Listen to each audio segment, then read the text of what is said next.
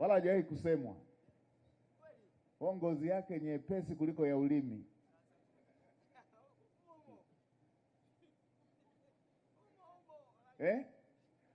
Ikitolewa hata hoja kwenye shughuli kama hii inampa shida. Hiyo sio. Kwa hiyo bana, mimi nashukuru umetoa hoja. Watu mwe mnatoa hoja hivi ndivyo taifa linavyotakiwa kujengwa. Kwa hiyo ametoa hoja na wengine kama wana hoja, siku kikao kitakapoitwa na mkuu wa wilaya amesema kwa uwazi mchana kweupe. Na wewe kama una hoja na wao waje na wenyewe waseme vile vile. Tuendelee. Mimi naitwa Tisamo Kibule. Ni mfanyabiashara sokoni hapa. Kati ya watu walioathirika kwa kiasi kikubwa, na maana nilipoingia ndivyo hivyo nilivyo mpaka sasa hivi. Mali zangu zote hapo zimeteketea. Mheshimiwa Waziri Mkuu, niwapongeze na nimpongeze mwenyekiti wetu wa soko. Amesimama kwenye yale ambayo tulikuwa tumemshauri na tulikuwa tunaomba yafanyike, na naamini atafanyika. Lakini nilikuwa na ushauri mdogo tu. Kuna kitu kimoja ambacho mwenyekiti wetu pale amesahau. Sidhani kama amesahau ama hakuona umuhimu, lakini kina umuhimu. Tulishauri kuhusu ramani. Kuna ramani ambayo ilikuwa imeshauriwa na halmashauri. Kuna ramani ambayo sisi kama wafanyabiashara tuliona inafaa na tukaambiwa tuichore, tukaipeleka halmashauri. Baadaye ile ramani haikurudishwa ramani ambayo tulikuwa tumeshauri. Ikaletwa ramani ambayo ilikuwa imeshauriwa na halmashauri. Lakini tunaona kama mapungufu kwenye ile ramani ni mengi. Na swala kama hili tulikuwa tumezingatia kwenye ramani ile ambayo tulikuwa tumeichora. Sasa kwa sababu huko hapa tunaamini matatizo yametokea, lakini kinaweza kikawa ni chanzo cha kuondoa matatizo zaidi mbeleni. Tuwaombe ile ramani tulikuwa tumechora, jaribuni kukaa muangalie umuhimu wa ile ramani na tuangalie namna gani inaweza kutumika kwa ajili ya faida ya wafanyabiashara, kwa sababu ramani ilikuwa ni kwa faida ya wote. Kuweka miundombinu ambayo inaweza kuwa faida kwa wafanyabiashara, lakini kuweka miundombinu ambayo inaweza kurahisisha soko kama halmashauri kupata ushuru wao kwa urahisi. Tuhofia sana kujenga eneo ambalo mwisho wa siku mfanyabiashara hafanyi biashara, lakini halmashauri yenyewe haipati mapato. Kwa sababu kama mimi sijauza, uwezekano wa kulipa mapato na kuwa sina. Kwa hiyo tuangalie kwa umakini. Swala la pili, watu hapo wameshaunguliwa vitu vyao na hawana kabisa mitaji. Tulio wengi sasa hatuna mitaji. Haya yaliyoshauriwa hapa tulikuwa tunaomba yangechukuliwa kwa umuhimu na yawe kwa muda ambao sio mrefu. Kwa sababu inawezekana mtu anaweza kutoka hapa anaenda nyumbani kwake ili apate chakula, lazima aombe. Kwa sababu ilikuwa ili uweze kuishi unakuja uuze. Sasa hivi huna cha kuuza. Si ndio? Lakini ukienda ukisubiri labda mikopo ambayo inaongelewa ikachukua muda mrefu, hilo swala linaweza kuendelea kutesa watu. Asante. La tatu. Nilishataka nitoe maelekezo hilo. Basi malizia hilo la tatu. La tatu. Ule mradi uliokuwa umeandaliwa kule kwenye kujengwa kwa ajili ya soko, mwanzoni kabisa katika vikao tulikuwa tumekubaliana kitakachoanza kujengwa kule ni soko, alafu maeneo haya mengine afanye nini? Yaanze kujengwa. Lakini sasa hivi limeanza kujengwa eneo la huko juu, eneo la soko ndio linakuja kuchukua muda mrefu kujengwa. Kwa hiyo tuombe urahisishaji wa muda wa ujenzi wa ile soko uwepo kulingana na dharura iliyojitokeza hapa. Kwa sababu sasa watu watakao kwenye mazingira magumu zaidi kuliko ilivyokuwa awali. Haya, asante. Mstahiki tuambie bwana, mna akiba kiasi gani kwenye mikopo?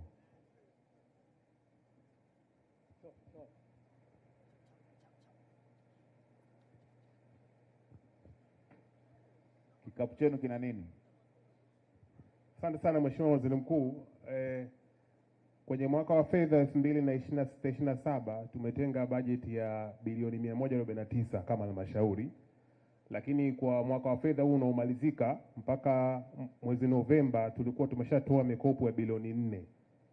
Na sisi kama halmashauri tulikuwa tunatenga 10% kwenye ile fedha, na mapato yetu ya ndani ni bilioni 53. Kwa hiyo tunatenga 10% ya bilioni 53.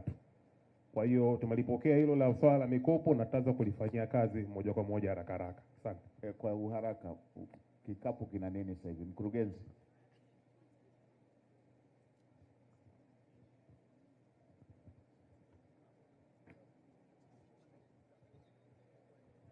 Mheshimiwa Waziri Mkuu, kwenye kikapu kuna bilioni 2.8 mpaka sasa. Kwa hiyo ndani ya wiki ijayo, wiki mbili zijazo, sehemu ya hawa waliounguliwa ambao wanahitaji mtaweza kuwa accommodate kwenye kuwakopesha Ndio kupata mitaji. Ndio Mheshimiwa. Haya. Basi sawa. Kwa hiyo mstahiki meya, mkurugenzi na mheshimiwa mkuu wa wilaya, mnajua orodha yao, tuwarudishe watu wawe kazini, tupeleke watu wawe kazini. Kwa hiyo mtaliangalia hilo ili wapate cha kuanzia ili watu waweze kuendelea na kazi. Jamani, hilo si tumekubaliana? Haya, kwa hiyo wenzetu wataendelea nalo hilo. La design la ramani nilisema na pale kwamba katibu mkuu wa taratibu na mkuu wa mkoa yupo, wataratibu ipatikane ile ramani. Sasa mheshimiwa katibu mkuu utaitisha na hii ambayo ndugu yetu ameiongelea vizuri, hii ya ramani ambayo wao walikuwa nayo, lakini kubwa kama tunavyosema, hiyo ramani izingatie haya mambo yote tuliyoyasema. Lakini si mbaya pia ramani ikikamilika kabla haijaanza kutekelezwa, haijapitishwa kila kitu, si mbaya wenzetu wakihusishwa kwamba hiki ndio tunachopanga kifanyike hapa. Kama watakuwa bado wana maoni watatoa. Ni nzuri sana kwa sababu hili jambo lina manufaa kwa wote. Kaa tu katibu mkuu. Kwa sababu hili jambo lina manufaa kwa wote, kama ambavyo mwenzetu ameliweka vizuri sana. Tukikosea wafanyabiashara wanakosa na serikali inakosa. Tukipatia wafanyabiashara wanapata na serikali. Kwa hiyo ni vyema tu tushirikishane hiyo design ili iweze kukidhi hayo matarajio. Kwa hiyo hilo tumelipokea, lakini tumepokea pia hili la eneo la soko kupewa kipaumbele kwenye ujenzi. Kwa hiyo na lenyewe hilo wenzetu wanaosimamia tutawakumbusha ili pa kutanguliza pawe eneo hilo la kufanyia biashara.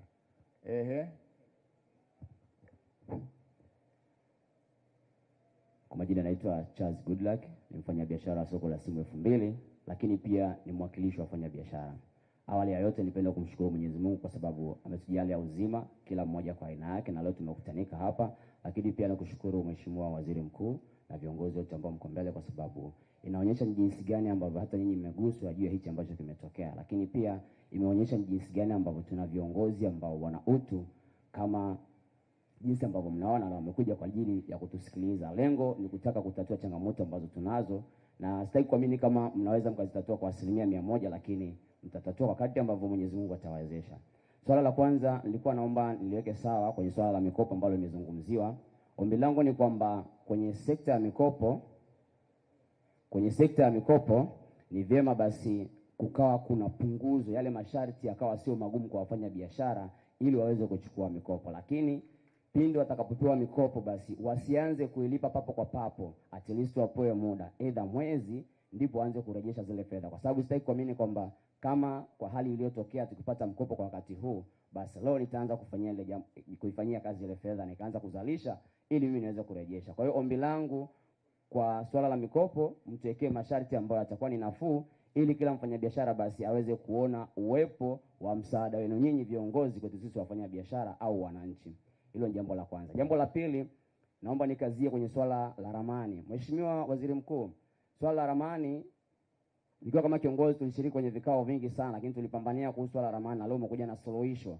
Mimi niombe kwanza kwenye ramani ile ambayo inaenda kujengwa pale, wafanyabiashara tuwe ni shirikishi ili tuweze kujua kile kinachoenda kufanyika pale, kwa sababu tulikaa kwenye vikao vingi na sisi kama wafanyabiashara tulipewa fursa ya kuweza kuchangia au kutoa maoni jinsi gani ambavyo ramani iwe ni rafiki kwa sisi wafanya biashara, lakini pindi ambapo itatokea changamoto kama hii ambayo imejitokeza basi iwe ni rahisi kuepukika au iwe ni rahisi kudhibitika.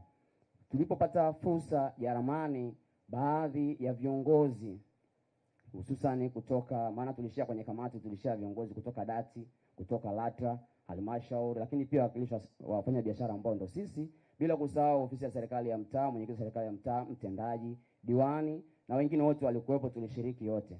Changamoto ile iliyojitokeza ni kwamba ramani ambayo tulipeleka sisi wafanya biashara wahusika waliitia kapuni na baadaye walikuja na ramani yao. Eneo ambalo tumepale pale na siku ya mita 12,000, lakini kimsingi mheshimiwa, sisi tuliomba siku ya mita 17,500 kama na pointi, ambazo siku ya mita hizo zingetosha kabisa sisi wafanya biashara wote wa eneo hili kuwepo, lakini pia kuendelea kupata huduma ya daladala, kwa sababu mheshimiwa, kwenye uhalisia ukiangalia leo ukikanseli ruti ya daladala kwenye haya mazingira, hata mimi mfanya biashara anayenipatia banda pale nitashindwa kufanya biashara. Kwa nini nitashindwa? Kwa sababu kwanza natokaje nyumbani kuja kwenye haya mazingira kufanya biashara, lakini pili, yule mteja ambaye mimi namsubiri nisiyokuwa na ahadi naye nasubiri apite, hatuweza kufika kwenye haya mazingira kwa sababu atapitia changamoto ya usafiri kufika kwenye ile eneo. Kwa hiyo kitakachomfanya yule mteja asije, ataenda sehemu nyingine kupata yale mahitaji, na mwisho wa siku sasa mimi ambao umeniweka hapa kiuchumi nitazidi kudorora, lakini pia wasilolijua kwa mamlaka husika ambao ni halmashauri, wao watakuwa wanakosa mapato. Kwa hiyo kutengeneza mazingira mazuri ni mnufaiko kwa serikali, nikiwa na maana kupitia halmashauri, lakini sisi wafanya biashara ambao ndio tunaenda kulipa ule ushuru. Tunalipa 500 ni ndogo, lakini kwa idadi ya watu kubwa watu unapata kupata kuna hesabu kubwa ambao inapatikana kila mwisho wa mwezi endapo kutakuwa kuna mazingatio. Jambo jingine mheshimiwa, ningeomba sasa kwamba utoe angalizo kwa wale viongozi kuwa ni shirikishi. Sitaki kurudi nyuma sana, lakini nakumbuka kikao cha mwisho tulitilafiana na mkurugenzi wa dati na ofisini kwake alitujibu dry. Sizungumzi kwa ubaya, lakini kwa kuwa nimepata nafasi ya kuzungumza, acha tunyoke, black and white, white and black. Hivyo mheshimiwa, changamoto hizi ambazo zipo na imani kwamba utazifanyia kazi na utazitekeleza na umekuja kwa ajili ya kutusikiliza, ni kuombe basi yale yote ambayo tumeyazungumza sisi wafanya biashara na aliyotangulia kuzungumza mwenyekiti wetu wa soko, mheshimiwa mkuu wa wilaya, yazingatiwe, yapewe nafasi. Heshima yako mkuu, na ina imani kwamba kwa uwezo wa Mwenyezi Mungu atakuwezesha kwenda kusimamia yale ambayo unapaswa kuyatekeleza pasina kuwa na changamoto yoyote. Mwisho wa siku nimalize kwa kusema kwamba wafanya biashara tunapaswa kuwa watulivu. Najua kuna changamoto ambazo tunazipitia pamoja na hii. Huenda ikawa mimi nisiwe ni muathirika, lakini kutokana na hichi ambacho kimetokea mimi pia nikawa nina maumivu kama jinsi ambavyo nyinyi wenyewe mnahisi maumivu. Ninasema hivi nikiwa namaanisha kwamba hata wakati niwe radhi kidogo, kila mtu ana aina ambavyo alipokea hili jambo kutokana na hichi ambacho kimetokea. Lakini hata sisi viongozi ambao leo mnatuona kwamba sisi hatufai, sisi sio lolote, sisi sio chochote, tulipoteza muda wetu, tulitumia nauli zetu na hatukuwahi kurudi kwa wafanya biashara kuomba nauli juu ya kwenda kupambania hichi ambacho kiko kwenye haya mazingira. Tokea day one tulipoanza swala la kufuatilia swala la dati, tumekuwa tukitoka kwenda ofisi ya mkuu wa wilaya kwa mkurugenzi, tumeenda dati kwa ajili ya kufanya vikao, tunapoteza muda wetu, tunapoteza nauli zetu. Lakini hii ni kwa sababu ya upendo ambao sisi wawakilishi wenu mnaotuona hatuna akili tunafanya hivi. Mimi niwaombe Mwenyezi Mungu awape mioyo ya utulivu, awape uwezo wa kufikiri na kuona kwamba kila binadamu ana mapungufu yake, hakuna binadamu ambaye ni mkamilifu. Hata wa viongozi ambao tunao hapa hawawezi kufanya vitu kwa 100%. Hao ni binadamu pia na wana mapungufu yao pia. Kwa hiyo niwaombe wafanya biashara, pindi unapopeleka changamoto kumzungumzia mtu yote, au wewe una changamoto yako, usimzungumzie fulani kwa sababu anacho ili wewe kupata. Huenda ikawa sio njia sahihi ya wewe kupata kile ambacho unakihitaji, lakini ukazungumzia changamoto yako wewe binafsi na kiongozi akawa ni mstari wa mbele kukusaidia. Niombe wafanya biashara tusiishi kwa visasi, tuishi kwa kupendana. Mimi mwenyewe waziri mkuu, wakati moto wanatokea nilipata taarifa kama kiongozi, niliacha ofisi yangu na kukimbilia kwa wafanya biashara wenzangu na kuanza kujitoa kuona venye ambavyo nitaweza kuwasaidia. Lakini yale ambayo yalitokea nilijitahidi kwa kadri ambavyo Mwenyezi Mungu aliniwezesha, na wafanya biashara walikuwa wanashuhudia, na tulitoa vitu ambavyo tulibahatika kutoa na vingine vilibaki. Lakini wakati wa ofisi yangu mimi niliacha na hakuna mtu yote ambaye nilimkabidhi kwa ajili ya kufanya chochote. Lakini kwa wafanya biashara ambao Mwenyezi Mungu amewapatia moyo wa utulivu, uwezo, upeo wa kufikiri zaidi, walinisaidia kutoa vitu vyangu na kuviweka pembeni, wamenihifadhia. Na washukuru sana wafanya biashara. Ni wasi tuishi kwa upendo, tupendane. Changamoto ni sema ya sisi binadamu, hivyo tupendane, tusiishi kwa majungu. Nimeona t-shirt yako imeandikwa respect. Jina nani? Nani? Ndio uongozi huo. Ndio maana nilisema kama wapo na ninyi unatoka hoja ikitolewa na wewe unatoka unaifafanua, si ndio hivyo Kwa uwazi, huo ndio Tanzania si ndio hivyo ndugu zangu? Unajua ukipewa ukipewa wadhifa kwenye ngazi yoyote, hata kuwa mwenyekiti wa kamati ya harusi, wale wenzako watakufanya wewe ndio ajenda, si ndio hivyo? Kwa sababu wewe si ndio kiongozi. Kwa hiyo wala mkisemwa msipate shida, kwa sababu watu wanakuwa wanataka ngazi ya juu na ya juu na ya juu ya ubora zaidi. Sasa niseme haya mawili ambayo yametolewa hapa. Moja ni hili la riba pamoja na muda wa marejesho. Ndugu mkurugenzi, riba pamoja na dhamana, masharti. Ndugu mkurugenzi, tulikubaliana kila biashara iwe na vigezo vyake. Wenzetu wana biashara ndogo ndogo ya kibanda hiki na hiki, tulikubaliana ndani ya serikali hawaruhusiwi kuombwa dhamana nyumba. Mtu anafanya biashara ya kibanda, unaomba dhamana kadi ya gari, hati ya nyumba, atatoa wapi? Kwa hiyo hayo masharti yaliyosema kijana wetu mzingatie, msiende kwenye hayo masharti ambayo kimsingi atakwamisha wao kupata fedha. Jambo pekee, na bahati nzuri na waziri wa mambo ya ndani yuko hapa, ilikuwa inaonekana watu wanaombwa barua nyingi hivi, lakini tulikubaliana ndani ya serikali na tukasema na elimu hii imfikie kila Mtanzania. Kama una kitambulisho cha NIDA cha taifa kinachokutambua kwamba wewe ni Mtanzania, hautasumbuliwa mambo ya barua, mtu wa kukudhamini na vile vingine vyote, kwa sababu tunakutambua wewe ni Mtanzania. Tulikuwa tunafanya yale ya uhitaji wa barua, kudhamini na vitu vingine vyote vile, kwa sababu juu ya huu utandawazi tumeshakuwa na michanganyiko ya watu wengi sana. Kwa hiyo hicho ndicho ambacho kilikuwa kinafanya tunasema kama huna kitu chochote kinachokutambulisha, inabidi tukujue wewe ni nani. Nadhani tukubaliane wote, tulikubaliana elimu hii iende kwa kila Mtanzania. Tukubaliane kwamba kutambuana ni uzalendo, tujue kwamba wewe ni mwenzetu, Mtanzania mwenzetu. Jamani, si tunakubaliana hilo? Kwa hiyo kama mtu ana kitambulisho cha taifa, tulisema huyo asisumbuliwe tena kuanza kutafutiwa mambo ya udhamini. Na waziri wa mambo ya ndani yuko hapa, tulikubaliana hayo ndani ya serikali, na taasisi za kifedha zilisema hivyo hivyo, kwamba wale ambao wana kitambulisho cha taifa hawaombwi barua za udhamini, kwa sababu wanatambulika kwamba ni Watanzania. Kwa hiyo mkurugenzi, mzingatie hilo la masharti ili kusiwe na usumbufu unaoweza kuzuia wenzetu hawa kupata fedha.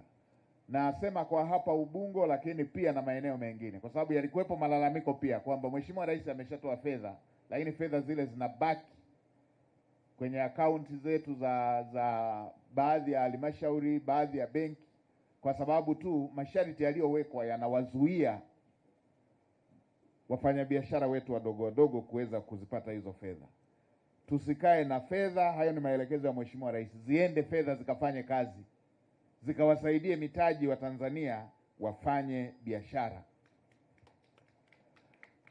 Lakini la mwisho, Mheshimiwa Mkuu wa Wilaya, umepokea ushauri huu wa mambo ya ramani. Na mimi niwaambie kitu kimoja. Mna mkuu wa wilaya mfuatiliaji kweli kweli. Mimi namfahamu. Ni mfuatiliaji. Nadhani kwa sababu ya hiyo nature ya taaluma yake kwamba ni wakili. Ni mfuatiliaji kweli kweli wa masuala ya wananchi wake. Nadhani anageukaga anakuwa wakili wa wananchi. Mimi nakumbuka hata wapi kule alikokuwa Morogoro, alitengeneza vitu vizuri sana. Ndio maana nadhani Mheshimiwa Rais akaamua amlete kwenye jiji hapa aje atengeneze mambo haya. Kwa mimi naamini haya yote atafuatilia na hivi amekuwa ndo mwenyekiti wa soko. Mimi naamini mmejua kulenga. Atafuatilia hayo mambo ya ramani. Namjua atafuatilia mambo ya ramani. Nakumbuka alivyofuatilia mambo ya bodaboda wakati mimi niko waziri wa fedha. Nakumbuka jinsi alivyofuatilia yale mambo. Walikaa kikao, akawa amesikia Mheshimiwa Rais ameelekeza faini zile zishushwe.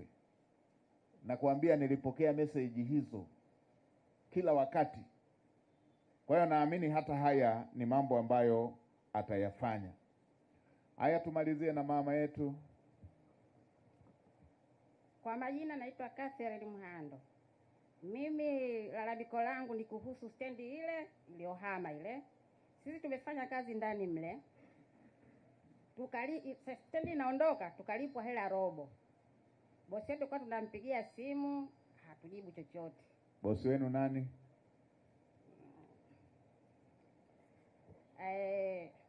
Anaitwa Elia. Alikuwa ni nadhani hata halmashauri wenyewe wanamjua. Hapa nikiongea wengine wapo wanamjua. Tulipa hela robo sisi na wengine hajalipa kabisa mpaka dakika hii. Na tukimpigia simu hapatikani. Sasa tunahangaika sisi, hatuna hela. Wenzetu mtu anayelijua ili mkurugenzi unalikumbuka jambo hili? Au ni nani?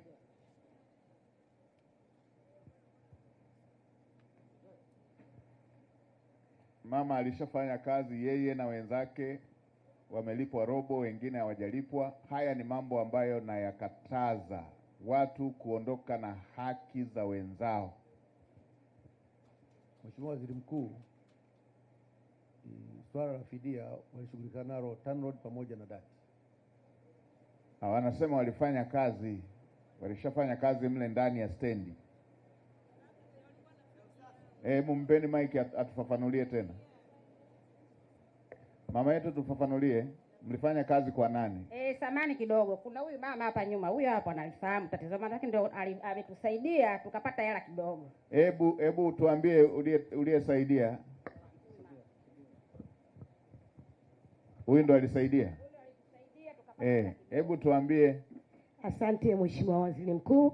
Kwa majina naitwa Agnes Kiando, ni afisa tarafa ya Magomeni. Mheshimiwa Waziri Mkuu, hawa walifanya kazi ya usafi. Aliyekuwa mkandarasi wao aliwadhulumu pesa, lakini wakafika ofisini kwangu nikawasaidia na wakalipwa kama anavyosema kidogo. Akawa ameahidi tena atapita kuwalipa. Katika zile ahadi hakuweza kuonekana tena. Ni nani huyo mkandarasi? Mkandarasi na jina kidogo nimelisahau, maana ni muda mrefu kidogo. Sasa huyo mkandarasi atafutwe RPC. Hebu pewa majina ya huyo mkandarasi, atafutwe ndani ya mwezi huu, wawe amewalipa hawa watu fedha yote. Asante, tumepokea kiongozi. RPC nipate mrejesho kwamba ameshalipa, ili kama hajalipa, mimi ninayo dawa ya watu wasio na adabu wanaodhulumu kazi za wenzao. Haya mambo haya ni mambo yanayoudhi sana. Yanafanywa na baadhi ya wakandarasi, kwamba wao fedha ya mradi wanakuwa wameshapewa na serikali, halafu wao hawawalipi waliofanya kazi. Kwa wananchi wanaendelea kulalamika wakidhani labda serikali haijalipa, lakini kumbe serikali ilishalipa. Wameamua wale kuchukua na jasho la wenzao. Huu sio utaratibu mzuri. Sasa huyu atafutwe, tumempa hiyo bonus mpaka mwisho wa mwezi, orodha yote, wale watu wote walipwe. Haya mambo hayakubaliki. Haya ni mambo ya ajabu haya, kuzoea watu wanachukua na serikali imetoa fedha ya mradi. Ndio maana tunaweka budget ya mradi, tunajumuisha watu wote watakaofanya kazi katika mradi huo. Sasa mtu ameshafanya kazi, serikali imeshalipa, huyo ambaye amelipwa hiyo fedha anaamua kuondoka na fedha ya wenzake waliofanya kazi katika mradi huo. Na wengine ni wakandarasi wa nje, tunawalipa fedha, na sisi serikali tukichelewesha fedha wanaweka na riba. Halafu wao wakipewa fedha hiyo hawawalipi wenzao.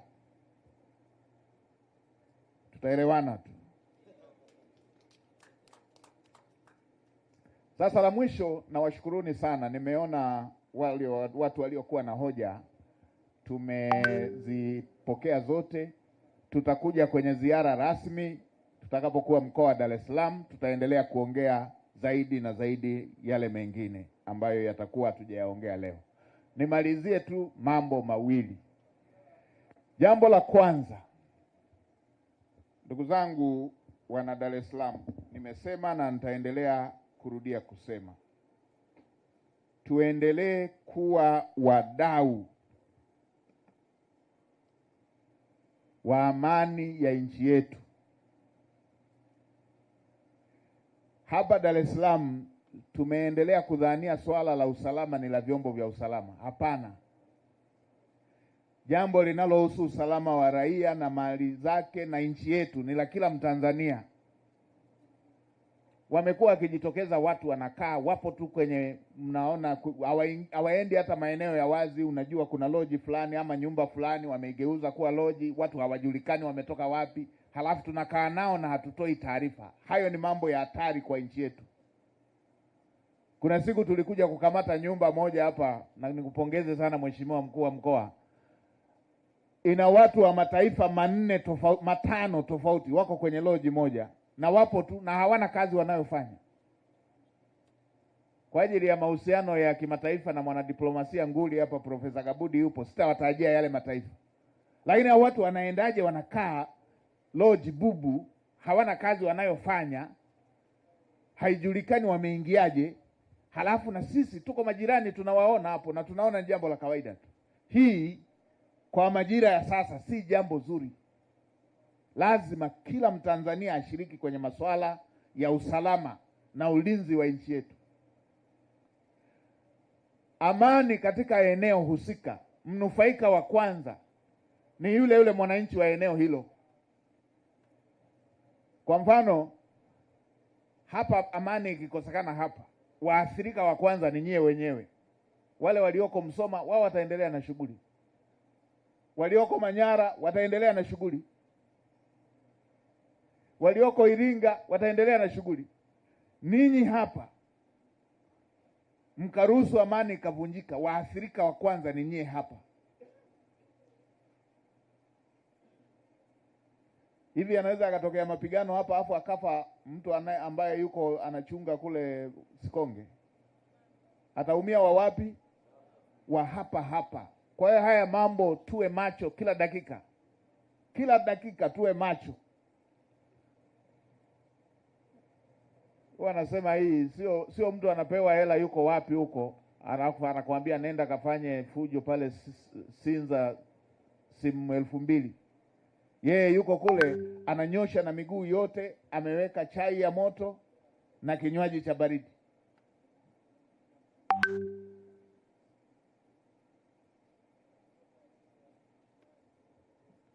Haya ni mambo ambayo tuyazingatie kila dakika. Na mimi niwaambieni, masuala yeyote yanayohusu usalama wa nchi wala sio mambo ya kubageni.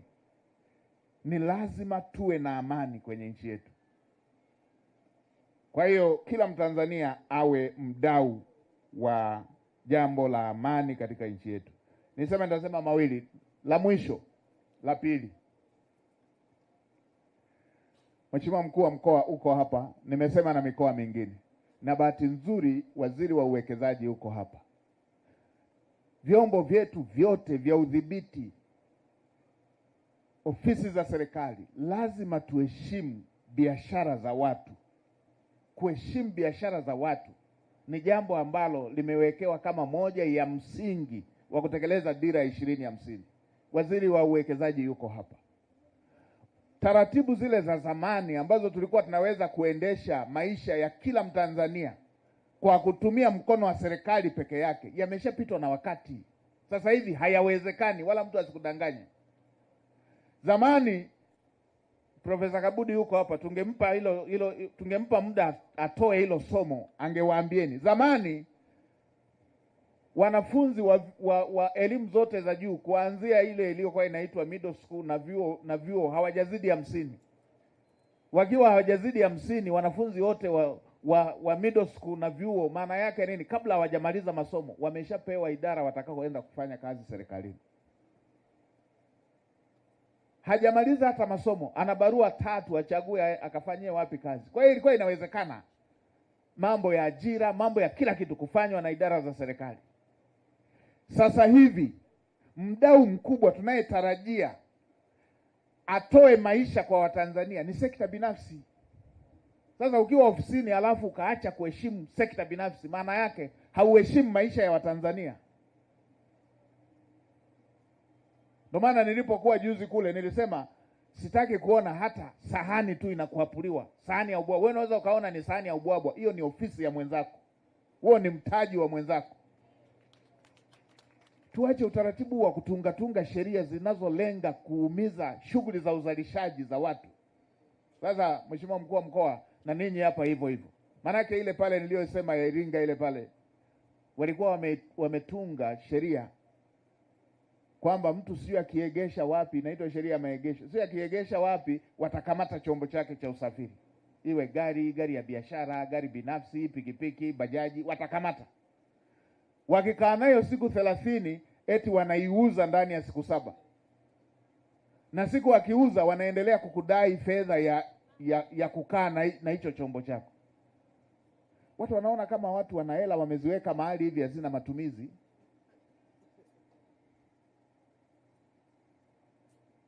Watu wanahangaika kupata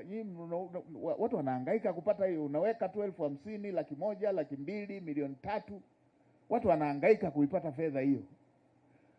Lazima tubuni vyanzo vingine, tubuni vyanzo. Waziri wa uwekezaji yuko hapa, tuwekeze, tujenge utaratibu wa kuanza kupata mapato kutokana na uwekezaji. Haya mambo ya kuanza kupata mapato kutokana na faini ni sheria za kikoloni. Watu wafanye biashara, tuwekeze, jengeni maeneo ya uwekezaji. Hii mambo ya kufanya faini ni chanzo cha mapato, ni unyang'anyi huo. Wewe ukiona malengo yanataka kushindwa kutimia, unaanza kukagua tu driver. Unakagua gari yote nzima, unamwambia mbona hujachana nywele vizuri? Haya sio. Lazima tuende hatua. Mheshimiwa Waziri wa Mipango yuko hapa, atawaambieni naye, ni muda tu hautoshi. Tungewaruhusu hawa magwiji hao wangewaambia. Nchi inapopita hatua fulani ya maendeleo, uchumi wa kati, na ustaarabu na wenyewe uwe wa uchumi wa kati. Sio mambo ya zamani ya sheria za kikoloni tulizozirithi. Ndio. Sasa ni mambo magumu kuelewana, lakini ndio hivyo, inabidi tuelewane. Kwa sababu sasa fikirieni, leo hii kila mwaka vijana takriban milioni 2 wanaingia kwenye soko la ajira. Halmashauri ziko 184. Utaweza kuwagawa wote milioni 2 kila mwaka kwenye halmashauri? Haliwezekani. Wizara ziko ngapi? 20 na wizara ziko 26. Utawagawa watoto milioni 2 kila mwaka waajiriwe kwenye wizara? Kila mwaka milioni 2. Tangu uhuru wafanyakazi wote hawajawahi kufika milioni 1. Hawa milioni 2 wa kila mwaka utawagawa kwenye wizara? Haiwezekani. Huwezi kuwagawa. Nini? Lazima tuheshimu sekta binafsi, lazima tuheshimu uwekezaji. Ndio. Tuheshimu uwekezaji, tuheshimu kazi za watu. Tena watu wanaojiajiri ni watu wanatakiwa waheshimiwe sana, kwamba wanaendesha maisha yao, wanalipa na kodi. Sasa watu wanaokikaa ofisini, ndio kijana amekuja hapa anasema, unakuta ofisini unatoa majibu ya dry, hujui kwamba unamtolea lugha ya dry bosi wako. Huyo ndio mwajiri wako, ndio anayekulisha, huyo ndio anayeendesha nchi. Haya mambo lazima tuyazingatie hivyo, ili tuweze kutatua jambo la kutengeneza ajira kwa vijana. Na Mheshimiwa Rais alishasema hili, tutaongea na wataalamu. Mimi nilimsikia akisema tutaangalia hata vijana wanaojiajiri miaka ya mbele kule tunakokuja. Vijana wanaojiajiri, wametoka chuo kikuu akajiajiri, kaenda zake JKT, katoka huko kapata ujuzi wa kujiajiri. Akishajiajiri, vijana wale hata mikopo ya elimu ya juu wasidaiwe. Mheshimiwa Rais alishalisema tutakaa sisi huko wataalamu tuliangalie. Mtu anayejiajiri anatengeneza na ajira za wenzake. Anatupunguzia tatizo kubwa sana kwenye nchi, lakini anaongeza pato la nchi. Sio mtu wa kudharau. Sio mtu wa kumfanya aishi maisha ya digi hivi. Digi hata tawi tu likidondoka anakimbia. Hapana. Huyo ni mwekezaji. Mwekezaji sio lazima atoke nje. Na Mheshimiwa Waziri wa Uwekezaji, hata ile kauli, kwa sababu nimemwona Kamanda Mlilo, hata ile kauli mbiu ya Yanga ile ya mwekezaji ni mwananchi mwenyewe ni nzuri tu, si inamaanisha ni yeye mwenyewe.